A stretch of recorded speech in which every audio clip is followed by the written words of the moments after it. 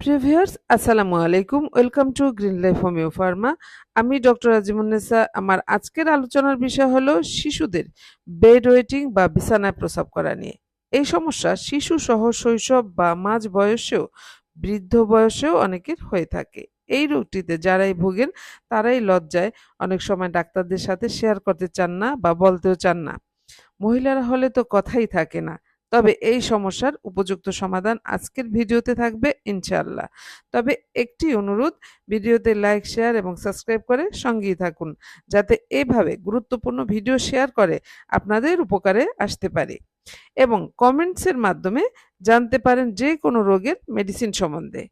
এই রোগ হওয়ার সাধারণ কিছু কারণ হচ্ছে, এটা হতে পারে মূত্রনালীর ধারণ ক্ষমতা কম হওয়ার কারণে, হরমোনাল ডেফিসিয়েন্সির কারণে, অথবা অতিরিক্ত কোষ্ঠকাঠিন্যের কারণে বা অনেক দিন যাবৎ কৃমি সমস্যা ভোগার ফলে।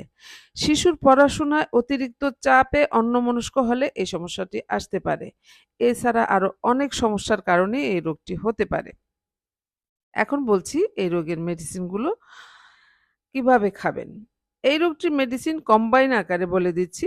মেডিসিনগুলো হলো ইকুইজিটাম হাইমেল 30 পাওয়ার, সিপিয়া 30, সিনা 30।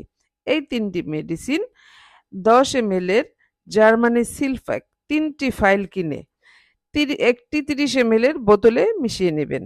এই কম্বাইন মেডিসিনটি বাচ্চারা 1 চামচ পানিতে 3 ফোঁটা দিয়ে দিনে 3 বার সেবন করবে। বড়রা 5 ফোঁটা সরাসরি জিভে দিয়ে দিনে 3 বার সেবন করবেন। এভাবে 15 দিন ওষুধটি সেবন করুন এবং একটি ভালো রেজাল্ট উপভোগ করুন। আজ এ পর্যন্তই। সকলে ভালো থাকুন, সুস্থ থাকুন। আল্লাহ হাফিজ।